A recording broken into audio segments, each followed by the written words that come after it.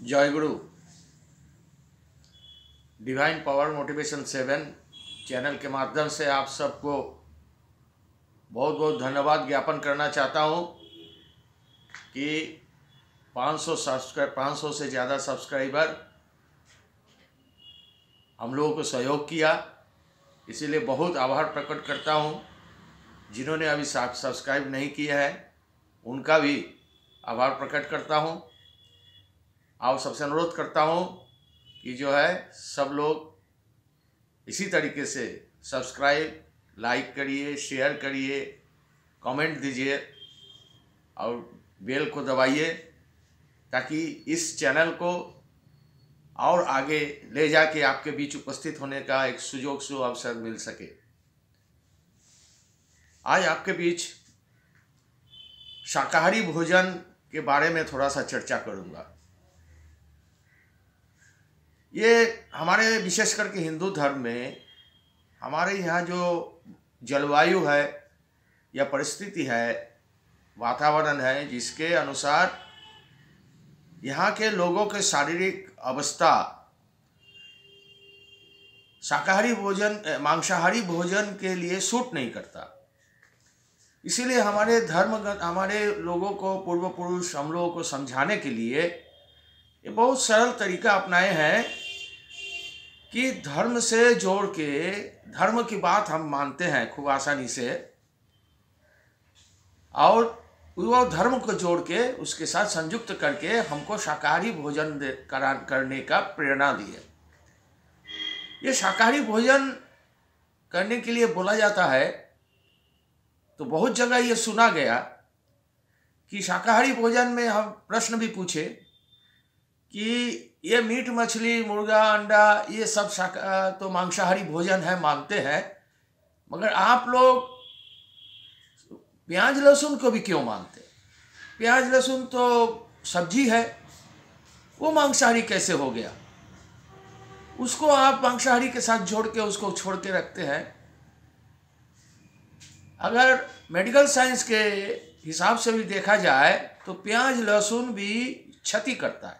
ये जो भोजन है, ये करना न करना, इसका कारण यही होता है कि जो हमको क्षति करता है, हमारे शारीरिक आंतरिक व्यवस्था को क्षति पहुंचाता है, वही हमारे लिए न लेने का निर्देश है।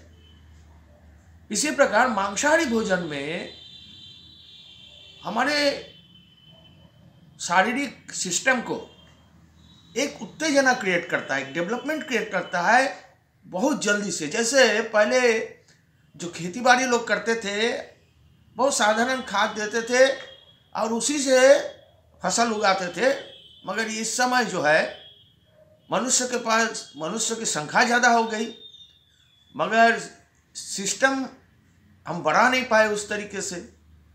तो इसीलिए जल्दी ग्रो करने के लिए, जल्दी फसल ज़्यादा से ज़्यादा उत्पन्न करके मनुष्य में देने के लिए उन्होंने खाद का प्रयोग किया, सार का प्रयोग किया, जो पहले भी किया जाता था, मगर अब अत्यधिक प्रयोग से जल्दी डेवलपमेंट हो जाए। ये देखा जाता है कि ऐसा सिस्टम मेडिसिन निकल गया है जो सवेरे एक लौकी छोटा आकार में रहता है और वो इंजेक्शन देने से एकदम संपूर्ण बड़े आकार में परिणत हो जाता है। ऐसे बहुत सारी चीज़ें जिसका एक साइड इफेक्ट है, नेगेटिव इफेक्ट है, जो हमारे शारीरिक व्यवस्था को चोट पहुंचाता है। ये लोगों का प्रश्न ये है कि अगर प्याज लहसुन, उनके मन में ये आता है कि ये तो शाकाहारी है, ये तो सब्जी है, आप लोग इनको मांसाहारी के साथ क्यों जोड़ देते हैं? डॉक्टरी हिसाब से तो हम समझ जाएंगे, मगर सब लोगों को तो डॉक्टर नहीं समझाएंगे। मगर हमारा प्रश्न ये है, अगर वो क्षति पहुंचाने वाला नहीं है तो हम लोग शिव मंदिर में शिव पूजा करते हैं तो उनको क्यों नहीं चढ़ाते? किसी भी भगवान, किसी भी देवी देवता के मंदिर में पूजा अर्चना करने के लिए फल फूल मिठाई सब कुछ ले जाते हैं, प्याज लहसुन नहीं ले जाते हैं। क्यों नहीं देते हैं उनको भी देना चाहिए। अगर साग सब्जी है तो सब कुछ दे रहे तो वो भी देना चाहिए, मगर देते नहीं है। ये साधारण रूप से हमको समझना चाहिए। उसमें जरूर कोई ऐसी चीज है जो हमको नुकसान पहुंचाता है, जो हम ईश्वर को देना नहीं चाहते। इसीलिए वो शाकाहारी भोजन में हमारे पूर्व पुरुष जो कहे हैं उसको मानना चाहिए। अगर समझ में नहीं आता है तो डॉक्टर के पास जाके समझना चाहिए। अब ये देखिए, हमारे जो मनुष्य का शारीरिक संरचना है उसमें जो खाने के लिए हमारा मुंह है, मुंह से ही खाना खाते हैं और दांत से संपूर्ण रूप से चबाते हैं और तभी वो अंदर सिस्टम में जाता है, अब डाइजेस्ट होता है। फिर जो है वो हमारे शरीर को अलग अलग सिस्टम में वो भेज देते हैं उसके रस को, और हमारे शरीर को मजबूती प्रदान करता है। तो हमारा जो ये भगवान ने सृष्टि उसी तरीके से किया है। हमारा जो दांत का सिस्टम है, दांत मनुष्य का कैसा होता है, फ्लैट है। हमको शाकाहारी भोजन करने के लिए उन्होंने निर्माण किया, मगर हमारे लोभ की वजह से हम मांसाहारी भोजन को ग्रहण करते हैं और एक दिन वो अंदर सिस्टम में जाता है, जो हमको समझ में नहीं आता है, वो हमारे सिस्टम को डैमेज करता है। और जो मांसाहारी भोजन के लिए जब तैयार हुआ, एक मांसाहारी भोजन के लिए भी कोई है, जिस प्राणी को मांसाहारी भोजन के लिए बनाया गया उसका दांत भी उसी तरीके से बनाया गया। उसका दांत देखिएगा नुकीला है, जैसे शेर है, भालू है, जिस भी प्राणी को। ऐसे तो हम लोगों को बहुत तरीके से समझाया जाता है कि मांसाहारी भोजन जो करता है इसका आयु कितना है, शाकाहारी भोजन करता है उसका, इस तरीके से समझाया जाता है। मगर हमको ये समझना चाहिए कि प्रभु ने हमको सृष्टि किया, हमारा खान पान, हमारा सुनना, हमारा बोलना, हमारा चलना, सब कुछ के लिए सिस्टमेटिकली तैयार किया, मगर उस नियम का उल्लंघन किए जिसकी वजह से हम लोग के जीवन में हमेशा एक्सीडेंट होने की संभावना बना रहा। इसीलिए मनुष्य को जो खाने के लिए वैज्ञानिक दृष्टि से, मेडिकल साइंस की दृष्टि से भी देखेंगे तो मनुष्य के अंदर जो इंटेस्टाइन सिस्टम है, जो पाचन क्रिया की नली है, वो बहुत लंबा होता है और घुमावदार होता है पेट के अंदर। इसीलिए हम अगर मांसाहारी भोजन करते हैं जो इजीली डाइजेस्टेबल नहीं है, वो घूमते घूमते धीरे धीरे धीरे बाहर उसको स्लैग बनाता है।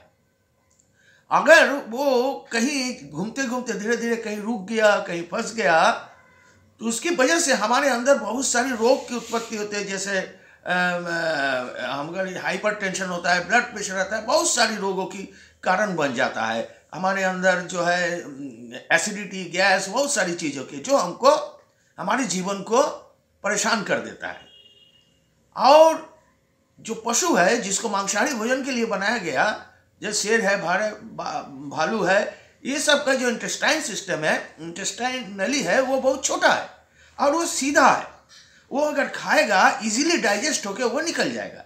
इसीलिए उसके लिए मांसाहारी भोजन बनाया गया। वो मांसाहारी भोजन खाने से उसको दिक्कत नहीं है, मगर मनुष्य को मांसाहारी भोजन करने से बहुत सारी परेशानियाँ आ सकती है। और अगर हम लोग शाकाहारी भोजन का चयन करें, लोभ के बस में न आए, जीभ के लिए न खाए, पेट के लिए खाए, तो निश्चित रूप से इसका इफेक्ट हमारे संपूर्ण जीवन काल में बहुत सुंदरता से प्राप्त हो सकता है। इसीलिए पहले ऋषि मुनिगण जो है पहाड़ पर्वत जंगल में कितने कष्ट से, कितने परेशानी के साथ रहते थे, और उनका खान पान की अवस्था देखिए और उनकी आयु देखिए।